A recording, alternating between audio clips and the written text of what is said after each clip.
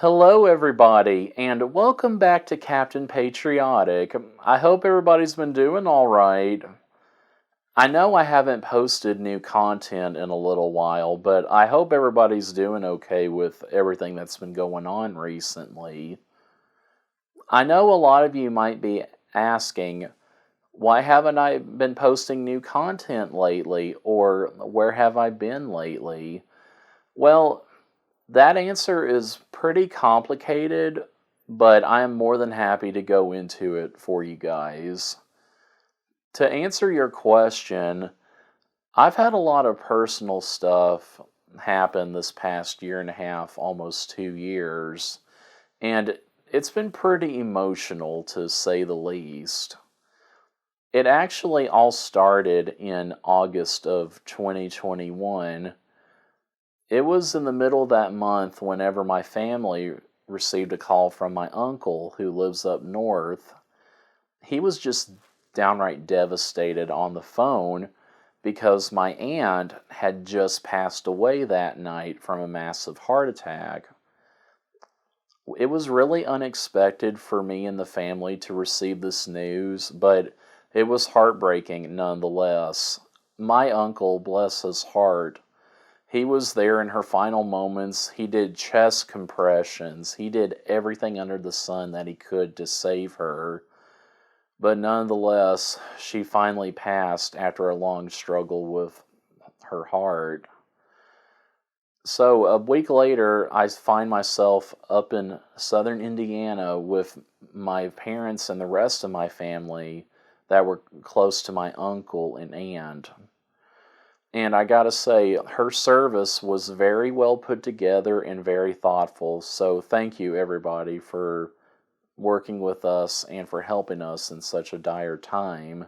It wasn't maybe a month or a little less later that my grandmother received a call from her doctor, and he basically broke the news to her that she had early stage pancreatic cancer. Now, if it wasn't enough to have one loved one just pass away not too long ago, and to have this news of another family member going through more of a health scare, I don't know what's going to devastate you more. Honestly, both of them have been pretty devastating for us. So, whenever my grandmother received this news about her diagnosis, my family stepped in immediately to help her. For those of you that don't know, my grandmother, before this, had been through 2 rounds of breast cancer, and thank goodness she survived both of those rounds with no problem. So we knew from the onset that she was going to be a fighter with all of this, and nothing was going to knock her down really easily. Well, later on that month, after she received the diagnosis, her doctor decided to go ahead and put her on chemo. Her first round of chemo was about 2.5, almost 3 months. And that seemed to keep her little tumor at bay inside her pancreas. Her local doctor at the time thought because of her age and everything else that she wouldn't be eligible to have surgery to remove the tumor. So that's when we decided to go for a second opinion at one of the big hospitals here in Arkansas, UAMS. Well, lo and behold, when she starts seeing the doctor over there, he basically said the same thing because of her age, because of her risk factor, because of her having cancer before. He personally did not feel comfortable with doing surgery on her. And to this day, I understand and appreciate him for not doing that because it's kind of a blessing in the end, but if he would have done that, she probably would have bled out on the table or the cancer might have spread elsewhere. Anyway, that news still wasn't settling with the family and we were just wondering, man, what else are we going to do? What else is there to do? We had a family meeting after that, and we, as a family, decided the best thing for us to do was to go for a second opinion down at MD Anderson in Houston. Well, it took us a couple of weeks to finally get an appointment set up for her, but fortunately we did, and it was for early March of 2022.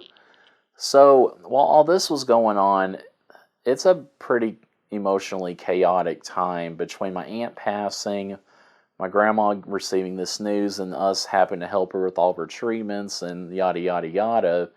It was kind of an unusual Christmas because while all this was going on, my grandfather on the other side, he had some health issues of his own. He had a lot of heart problems throughout his life. In fact, he had 2 or 3 heart attacks, a couple of open heart surgeries, a pacemaker, and even a small round of lung cancer. So, needless to say, had been around the block a few times. Well, he was on this medication that basically helped his heart pump because of all the heart attacks and heart issues he had most of his life. His heart couldn't function on its own, so it needed help basically to pump to keep him alive. Well, what came with that is he had to make frequent trips to the hospital to clean up his chest and to clean up the cavity where this tube was going into his heart to basically make it function. Sometimes he would get staph infections inside that wound. So that would oftentimes put him in the hospital. But I'll never forget that winter, he was in the hospital at least a couple of times with an infection like that. So, needless to say, both sides of the family were pretty chaotic at this point. So, fast forward a few months to March of 2020, and my mom, dad, and my grandmother load up the car and make the trip down to Houston for that second opinion. I mean, they did a series of tests that you could think of. I mean, they did a stress test, did a cognitive test, they drew her blood. They pretty much did any kind of medical test that you could think of to evaluate her to determine if she would be ready for surgery or eligible to have it because of her age and everything else. That's when things kind of got a little dicey because on their third day down there at MD Anderson, the doctor took some time to talk with my mom and dad, and he basically flat out told us that because of her prior history and from her declining mental state, he felt like it would be unsafe to put her under and to remove the tumor himself. As you can imagine, our reaction to that news was pretty bad. It's pretty devastating. And not gonna lie, when I received the call from my mom about what the doctor had told her, I just flat out bawled my eyes out. I mean, it was so bad. I literally felt like part of my heart was ripped out of my chest and it was exposed to everything. I mean, I did not know how to react in the moment. And not gonna lie, things got pretty emotional after that for the next couple of months. I mean, it was pretty bad, you guys. It got to the point that I had a couple of emotional breakdowns at work because of the pressure from everything going on with her and, of course, my usual work duties. But that's where I'm very thankful to have such a very supportive department and very supportive coworkers, because at least a couple of them were there to comfort me through this tough time, and I don't know how I would have done it without them. I mean, they are such a godsend. But I'm not going to lie, until May of that year, it was a very, very emotional time because at that point, we didn't know what was going to happen. Was she going to pull through this? Was she going to die in the next month or two? We had no idea what was going on at that time. The one positive thing that came out of their trip down to Houston was that the doctor she was seeing at the time, he came out and recommended us the best and strongest radiation treatment that is geared specifically for pancreatic cancer. That was a godsend in itself because she had just gotten back from Houston maybe a week or two, and they started her on this new radiation treatment, along with a little bit of chemo to further knock things out. And my goodness, she responded to those treatments flawlessly. I mean, yeah, she had her good days and her bad days having those kind of treatments, but she really bounced back a lot better than we thought she would, which was a blessing in itself. It got to the point, actually, in mid-April of last year, her doctor that she was seeing looked at her scans and concluded that her cancer is in remission. There was no signs of it anywhere that he could see. At that point, everybody was just jumping up and down for joy because, man, we finally beat this. We got this under control. It was very pleasant, and for the first time in a while, we thought things were finally getting back to normal. And things were getting back to normal and seemed that way for the next few months. That is until August of last year.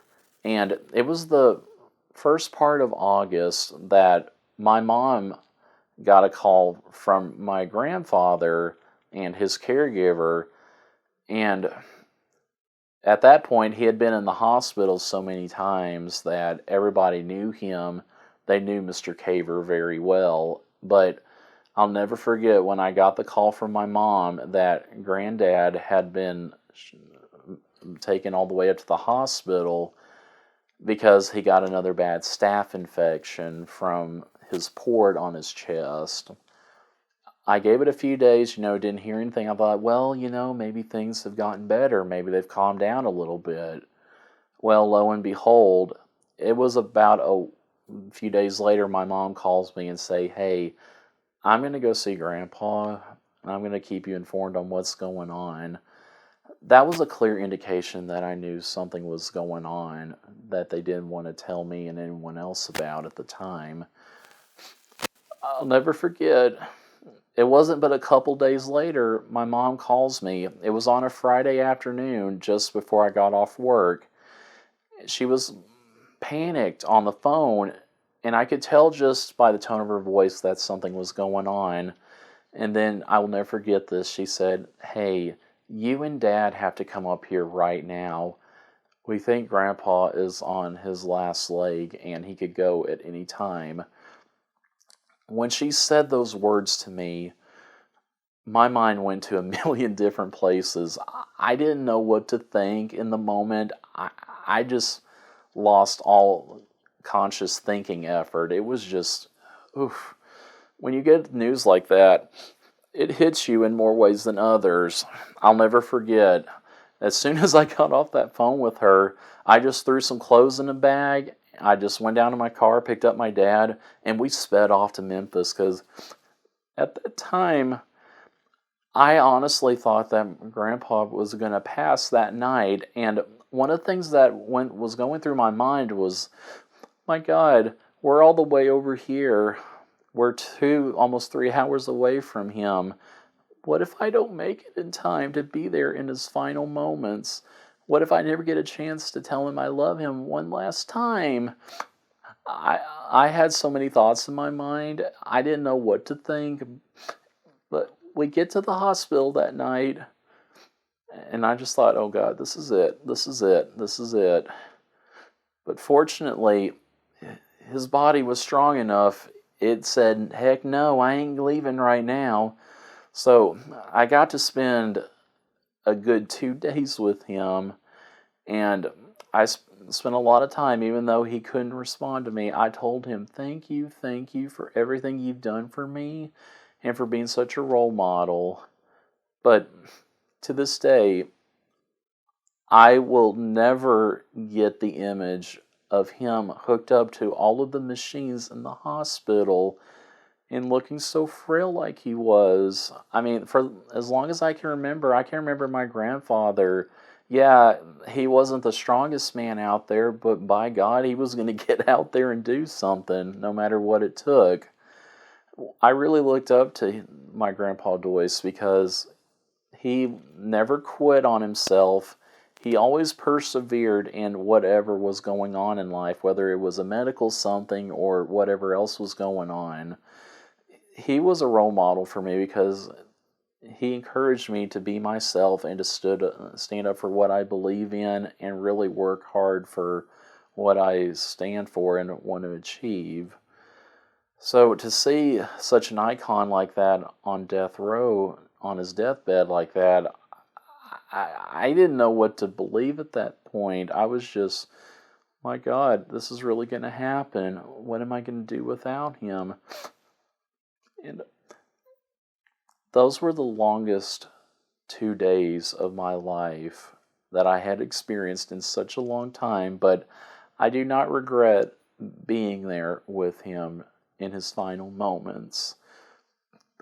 It was so emotional to see him like that, but I'm very happy I was able to spend time with him and make peace and everything, because that's the most important part.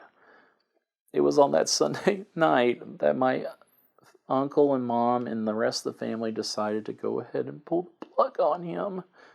Then, in just a matter of an hour or two, he was gone. When you see a loved one just wither away in front of your eyes like that, that stays with you. And it certainly has stayed with me ever since that happened over 6 months ago. Not gonna lie, there's nights where I wake up and I swear I see him looking at me like he's trying to communicate or do something with me. But anyway, that was just a very emotional time. So his funeral was very well put together. I mean, he was a very good community man. I mean, a lot of people respected him. A lot of people looked up to him, and it was very well done. I'm not gonna lie, those first few months after he was gone, I was torn apart. I didn't know what to do.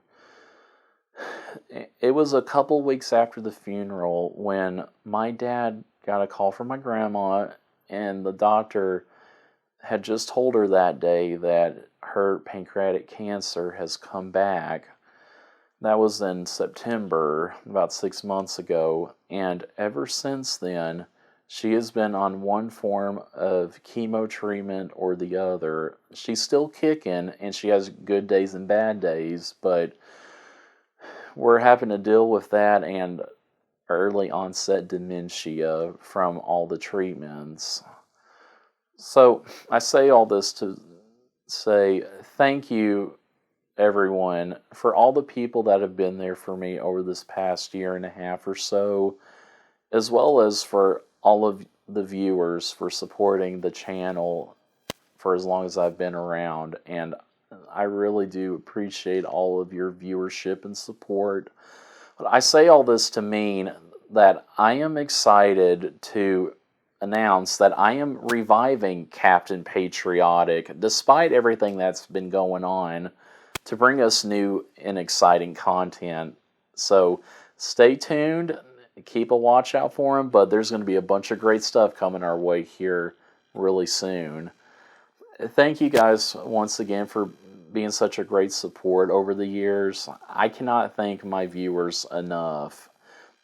We have felt all your prayers, and it has been truly amazing to have such a wonderful support system. Thank you.